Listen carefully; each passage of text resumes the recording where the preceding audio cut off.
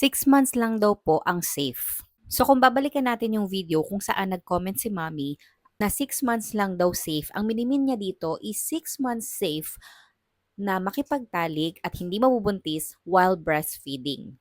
Well, somehow, totoo po ito dahil meron nga pong tinatawag na lactated amenorrhea method or yung tinatawag na LAM. Isa po itong uri ng family planning method na natural pero meron tong mga rules. Itong LAM na to or yung lactated amenorrhea method.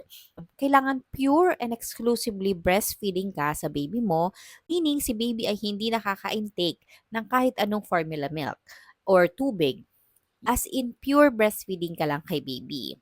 Pangalawa, kailangan within 6 months na yon, wala kang menstruation. Pangatlo, kailangan every 2 to 3 hours na papadede mo si baby or maximum na 4 hours yung interval ng pagpapadede mo. So, dapat talaga continuously na nagpapadede ka kay baby. So, yun yung mga rules para maging perfect yung lactated amenorrhea method as a natural family planning na sure na hindi ka talaga mabubuntis. If masunod mo yung mga rules na yon, safe talaga at hindi ka mabubuntis while breastfeeding for the 6 months postpartum or 6 months after birth. But if hindi ka sure kung nasusunod mo ba yung rules na yon, maganda pa din na mag-iingat tayo kung ayaw muna natin mabuntis and gumamit ng emergency or alternative family planning method. So yun lang. I hope this video helps you.